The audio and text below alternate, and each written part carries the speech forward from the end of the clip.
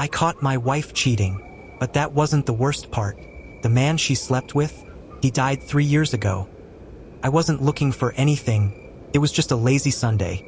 The kind where you change the bed sheets and pretend everything's normal.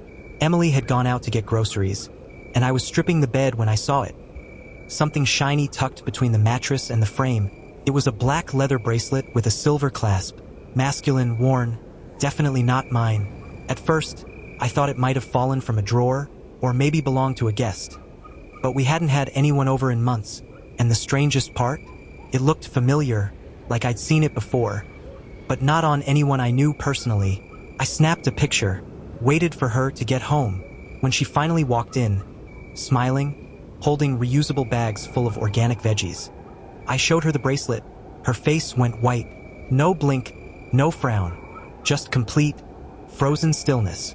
I asked, "Is this yours?" She didn't speak. Then, like she rehearsed it, she said, "That was my brother's. Mark." I knew the name. He'd died 3 years ago in a car accident. I even remembered the funeral. Closed casket, rainy day, Emily crying so hard I thought she'd collapse. So why the hell was his bracelet under our bed? I asked gently, "You sure?" She nodded too quickly, said she'd been going through old boxes last week and must have dropped it. But here's the thing. I vacuumed under that bed just 2 days ago. It wasn't there, and her boxes, they were all in the attic. That night, I couldn't sleep, not because of the bracelet, but because something about her had changed. The way she smiled at dinner felt forced. The way she touched my hand, like she was playing a role, and when I kissed her goodnight, she didn't kiss back. My mind spiraled. Was I being paranoid? Was grief resurfacing for her and making me suspicious? I almost let it go. Almost. Until the next morning, when I saw her phone light up with a message while she was in the shower. The contact name? Just the letter M. And the preview said, "Missed you last night. Same time today?" Who is M-? And why is my wife acting like she's hiding something bigger than just grief? You think that's bad? Wait till you find out what I discover in the next chapter. Stick around. Chapter 2 will blow your mind. I stared at the screen like it had slapped me. Missed you last night. Same time today? Who the hell was M? I didn't recognize the number. No profile photo. Just that one letter. My chest tightened.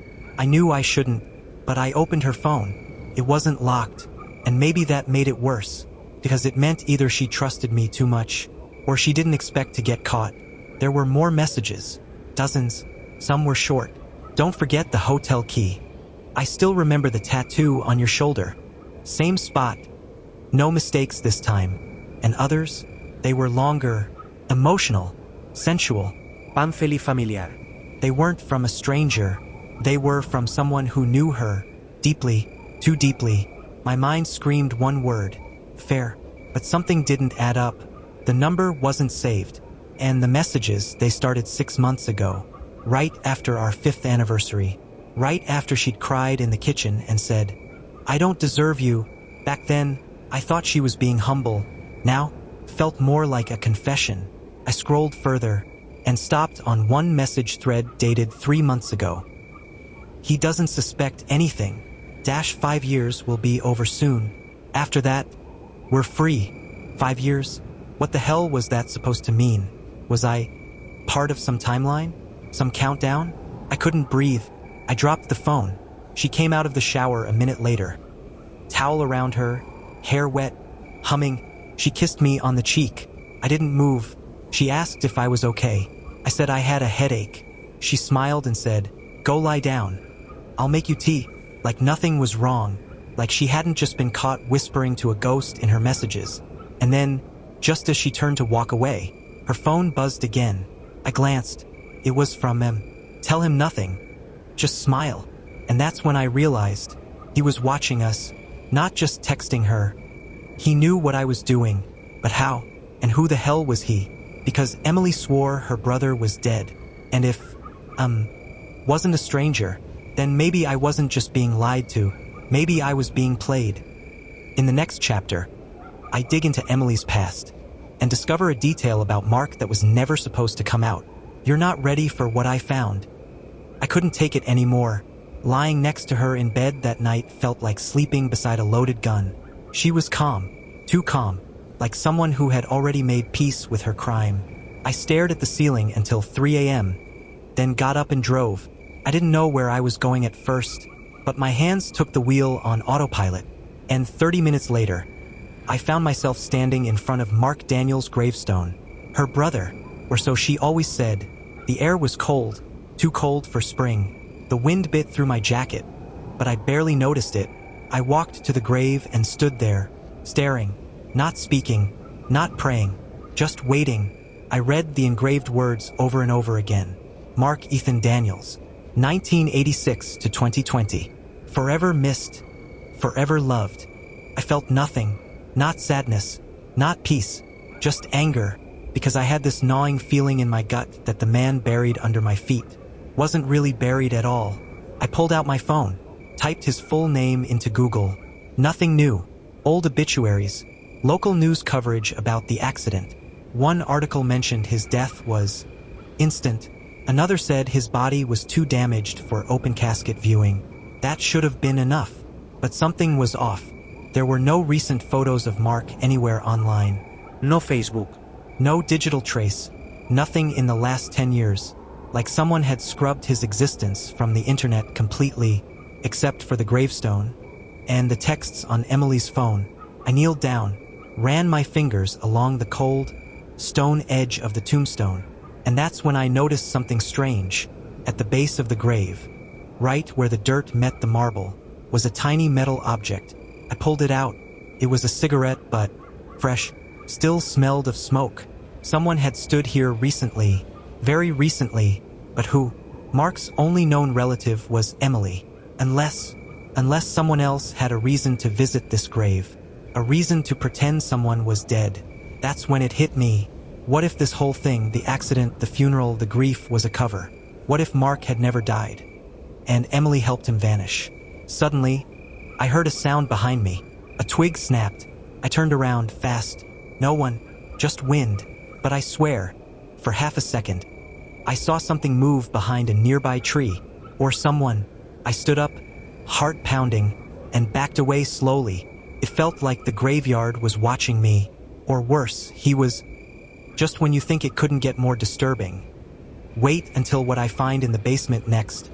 In the next chapter, I unlock a drawer Emily thought I'd never touch, and what I find inside changes everything. You seriously don't want to miss what's coming. That night, I pretended everything was fine. I joked at dinner. I asked about her day. I kissed her on the forehead like I always did, but inside I was on fire, because I knew where I was going once she fell asleep. There was a small wooden drawer in the basement. Old, dusty, tucked beneath paint cans and holiday decorations. I tried opening it before, but it had always been locked. Tonight I had a hammer. At 1:47 a.m., once Emily was deep asleep, I crept down in the dark and shattered the lock. What I found inside, I still wish I could unsee. Letters, photos, a burner phone, and a man's watch with the same initials engraved on it, MD. The photos were old, some black and white, some recent, and they were all of Mark, smiling, alive, standing next to Emily. In one picture, dated just last year, they were holding hands on a beach I'd never seen. She was in a red dress. He was shirtless, sunburnt, very much alive. I dropped the photo and grabbed the phone. It wasn't locked. The messages inside weren't just between her and Mark. There were voice notes. Emily's voice. "We can't keep doing this. He's getting suspicious. We only need to last till August." August? What happened in August? Then I remembered. Our 5-year anniversary was August 13th. Why was that date so important to her? I kept scrolling, and that's when I found the voicemail that changed everything. It was just 7 seconds long, but it ended the illusion that Emily was the woman I thought she was. Once he signs the papers, we disappear. He won't even see it coming. Papers? I hadn't signed anything. Not yet, but she was planning something, and I was running out of time to figure out what it was. That's when the basement lights turned on.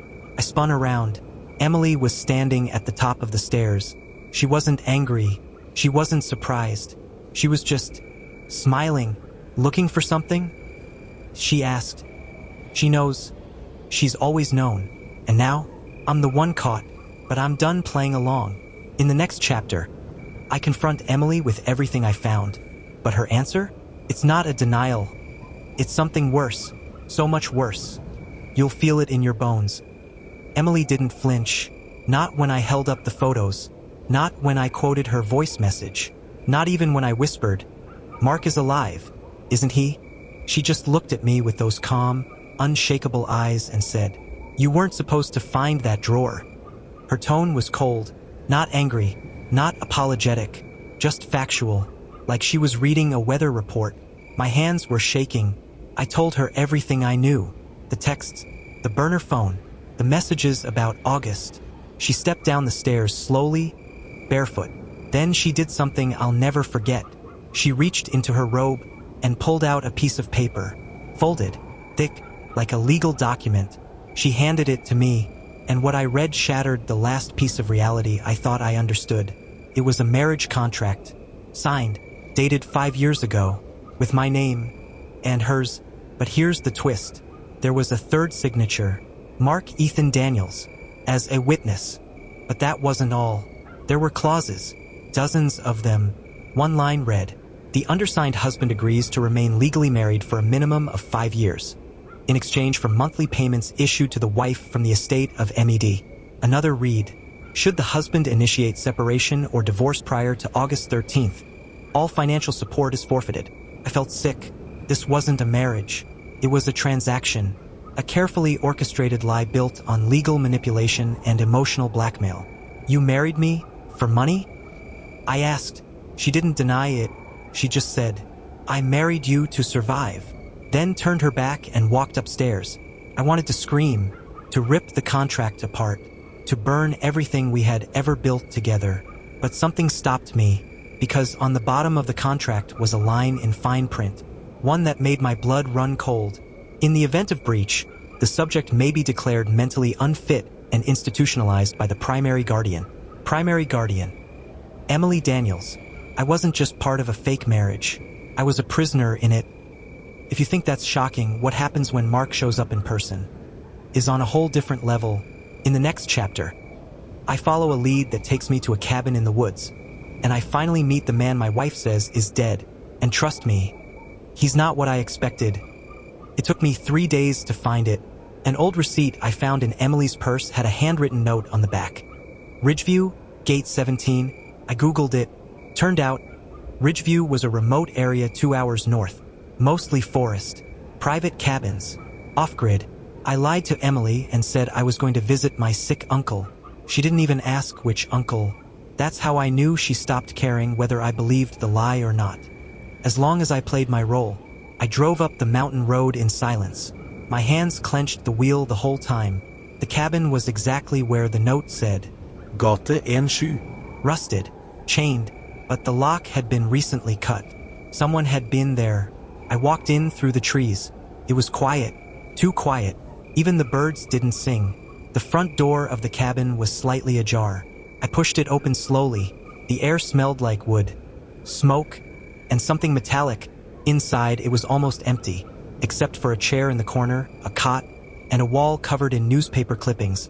And in the center of it all stood Mark, alive, unshaven, taller than I remembered from photos. He didn't flinch. He didn't look surprised. He just said, "Took you long enough."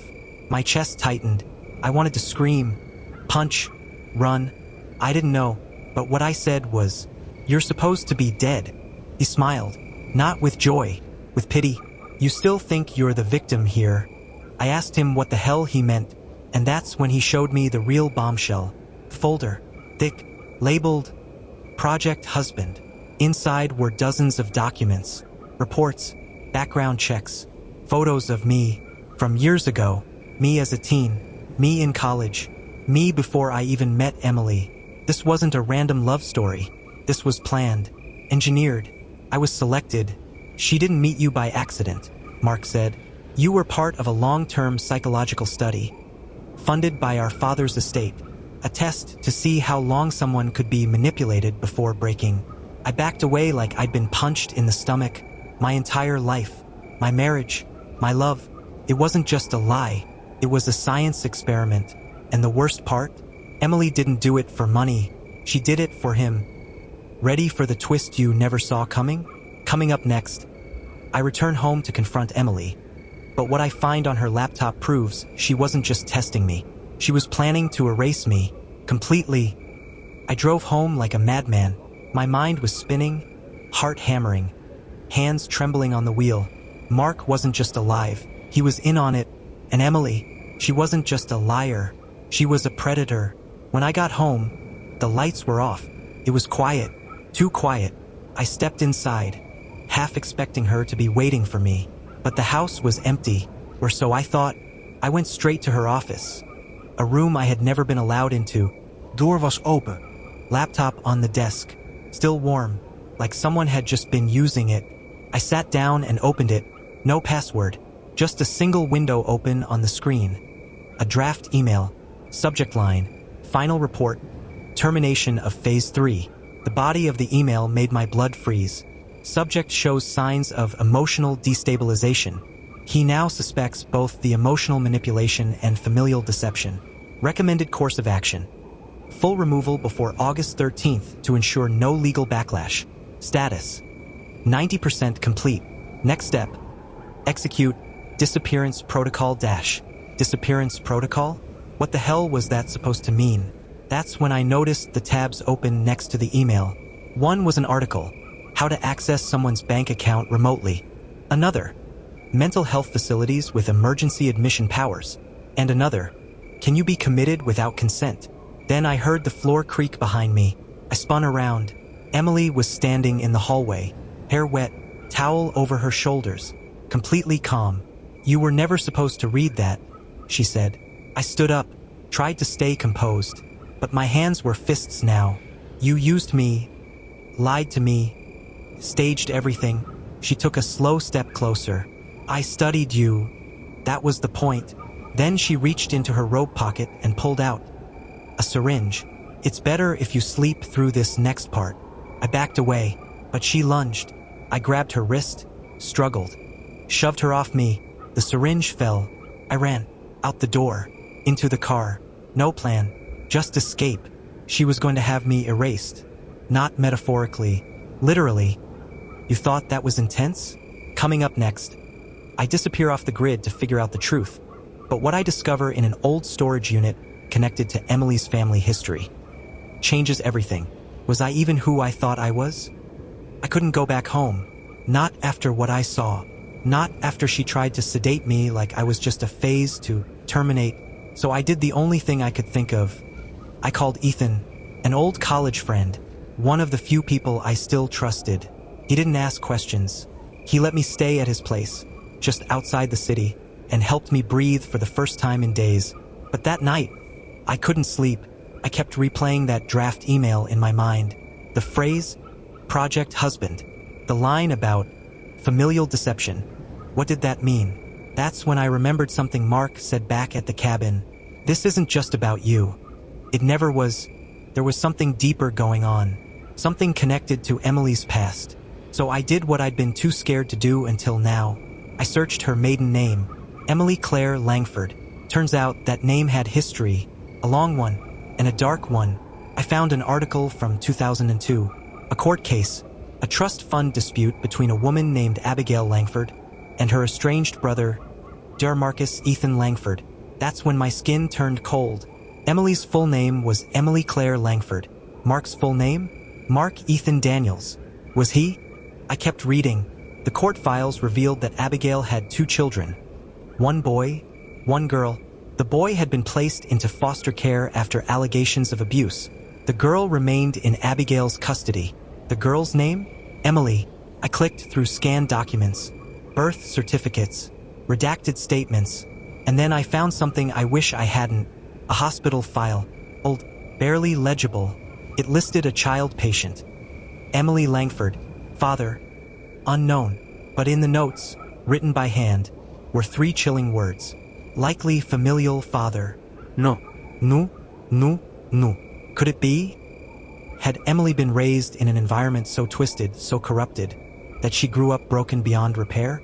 Was that why she married me? To try and rewrite her past? To control what was once uncontrollable? I stared at the screen, my heart hammering in my chest. But then something else happened. My phone buzzed. Blocked number. I answered without thinking. "You're not supposed to know that," a male voice said. "If you keep digging, you'll end up like the last one." I froze. Who is this?" Click. They hung up. I turned to Ethan. "I think I just got threatened." That was wild, right? But trust me, we're only just getting to the heart of it all. Coming up next. I visit the town Emily grew up in to find answers. But what I find is a gravestone with my name on it. And it's dated 3 months ago. I couldn't sit still anymore. The warning call replayed in my head like a broken record. Who was the last one dash? What did they mean, end up like them dash? I had to know more. So I drove out to where Emily had grown up. A dusty, forgotten town called Elderspine. Population 3,241. 1 grocery store, 1 diner, 2 churches, and a graveyard that looked older than time itself. I parked near the cemetery and walked through the overgrown path. The air felt heavier with each step. I wasn't even sure what I was looking for. Maybe a family headstone, a clue to her upbringing, anything, but then I stopped, frozen, right there under a crooked tree, covered in leaves and dirt. A headstone, with my name on it, Daniel J. Merrow. Born 1988, died January 14th, 2025. Today was March, and I was very much alive. I dropped to my knees. My head spun. What the hell was this? A threat? A psychological game? Or had Emily actually tried to declare me dead? Suddenly I remembered the emails, the financial documents she had been quietly preparing. One in particular stood out. A life insurance policy, with her as the sole beneficiary, worth $2 to $5 million. Everything started clicking together. Emily didn't just want to get rid of me. She wanted me dead on paper, and maybe even in reality. I heard a sound behind me. Twigs snapping. I turned, expecting maybe Ethan or just an animal, but it was Emily, standing, watching, calm, like she knew I'd end up here eventually. "You weren't supposed to see that," she whispered. I stepped back, but she didn't follow. She just stared, then said, "There's something I need to tell you about who you really are, and it's going to destroy you more than anything I've ever done. Your mind is probably spinning right now, right? But you haven't even heard the final confession yet. Next time." Emily finally tells the truth, and the twist that comes next is the kind that breaks reality. Are you ready to question everything you thought you knew? Emily looked me dead in the eyes, her voice colder than the wind curling through the graveyard. "You were never supposed to survive the accident." What accident? Then it all came rushing back. The trip I was supposed to take last year, the one I canceled at the last minute due to a flu. Emily had booked the flight herself, and now I remembered. That same flight crashed, but I was never on it. Yet somehow, I had still been declared dead. The gravestone, the insurance policy, the sudden change in her demeanor right after. She had orchestrated it all. And when I didn't die, she tried again. The gas leak in the garage, the brake failure, but nothing worked. And now, standing face to face with her in a cemetery, she wasn't even denying it. I needed the money, and Ethan, he was never a fling. "He's your brother." My heart stopped. "What? Half-brother?" she added with a sick smile. "Same dad. He contacted me years ago. You were the golden child. He was the secret. So we planned to take everything from you. It was like my world turned upside down. Everything. My marriage, my life, my own identity had been part of their twisted revenge plan. But you ruined it all by not dying when you were supposed to," she said, stepping closer. I backed away, hand trembling near my phone in my pocket. Recording, live, broadcasting on a backup stream I'd set up right before coming. Every word, every truth, already uploaded, already spreading. And then, from behind the trees, red and blue lights, cops. I sent them my location too. Emily's face dropped. "You think this is over?" she hissed, but I looked her straight in the eyes. "No, Emily, this is just the beginning. If your jaw's still on the floor, you're not alone. What would you have done in Daniel's place? Did Emily get what she deserved? Or is there still more to uncover? Drop your theory in the comments, because who knows what other secrets this family is still hiding.